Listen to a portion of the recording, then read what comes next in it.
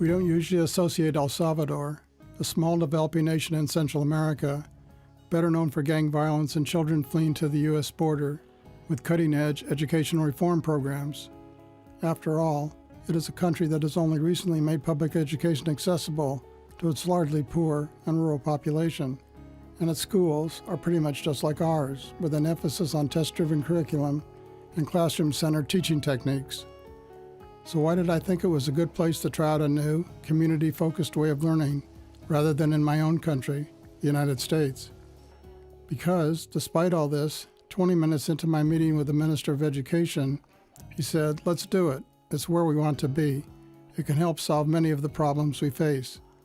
And if it works, I thought, there may be interest in the United States as well, where many people are looking for a more effective and meaningful way to motivate and educate students.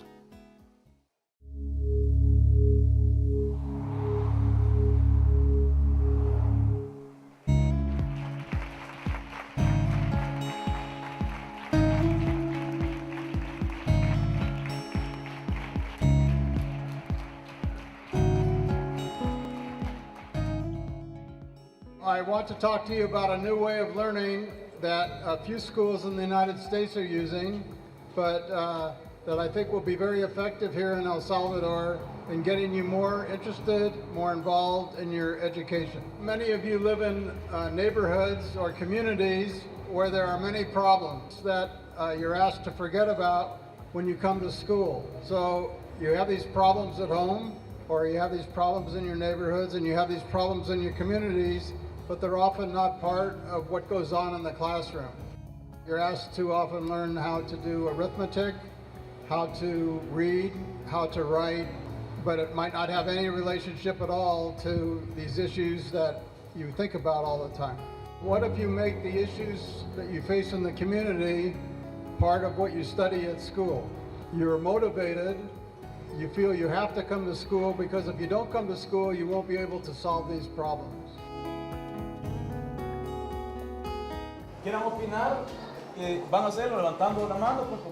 If you'd like to give your opinion about issues facing the school and the community, please raise your hand.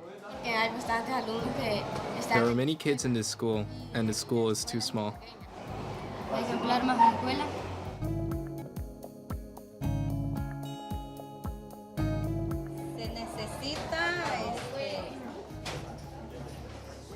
We need a plot of land to have more space.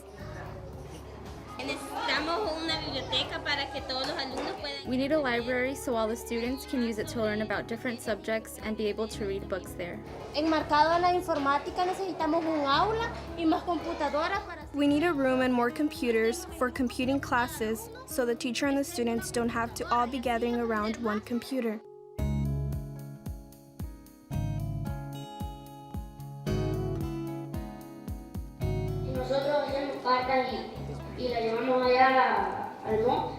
If we write letters to City Hall and encourage our parents to write them as well, we can get a walkway built over the highway so no further accidents happen. We need running water to continue for the school while we are expanding it to accommodate all the students. Judging by your remarks, I think a lot of you did a very good job, and in fact, I think some of you are getting ready to run for president in the future, and I'm not just talking about the boys.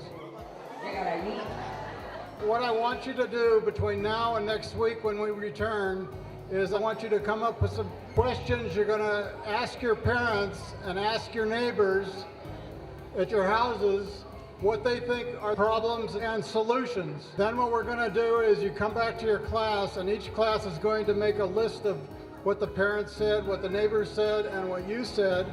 And then I want each class to prioritize what they think are the top 2 or 3 problems that you're going to choose to work on.